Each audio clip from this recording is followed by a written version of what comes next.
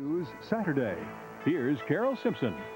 Good evening. The White House announced just moments ago that President Bush suffered shortness of breath while jogging at Camp David this afternoon and has been taken to Bethesda Naval Hospital.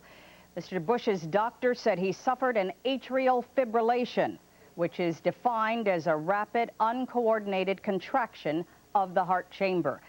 A White House statement was issued this evening, and it says the president is in stable condition but will require further examination at Bethesda Naval Hospital, and we will bring you further details as they become available. Earlier today, the president had turned his attention to the area where he has come under the most persistent political attack, his domestic agenda. Mr. Bush used the commencement address at the University of Michigan to weigh in on two issues near and dear to his liberal political foes, free speech and the Great Society. White House correspondent Kyle Gibson was there. Michigan's football stadium, packed with graduates, their families and faculty, heard a president on the attack. His first target, a recent trend across college campuses known as political correctness. The movement encourages behavior that avoids offending the traditionally oppressed.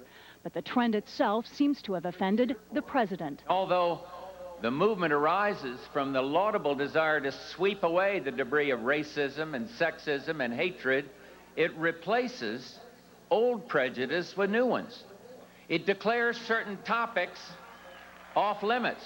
What began as a crusade for civility has soured into a cause of conflict and even censorship.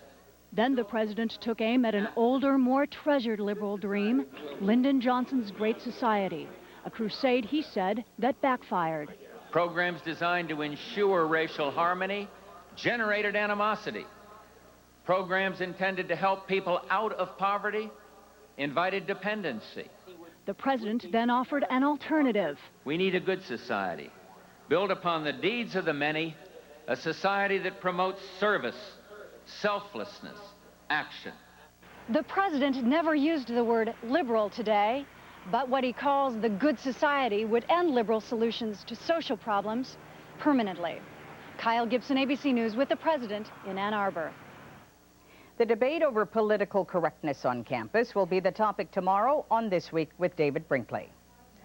The president's beleaguered chief of staff, John Sununu, flew from Washington to Florida today on what Mr. Bush described as legitimate White House business, a commencement address at Miami-Dade Community College. Meanwhile, there was another potentially embarrassing disclosure about Sununu today from the president of New Hampshire's Waterville Valley Ski Resort. He said the resort paid for lodging, lift tickets, and meals for ski vacations for Sununu and his family this year, as it has in previous years. Federal law prohibits officials from receiving significant payments or gifts except from nonprofit organizations.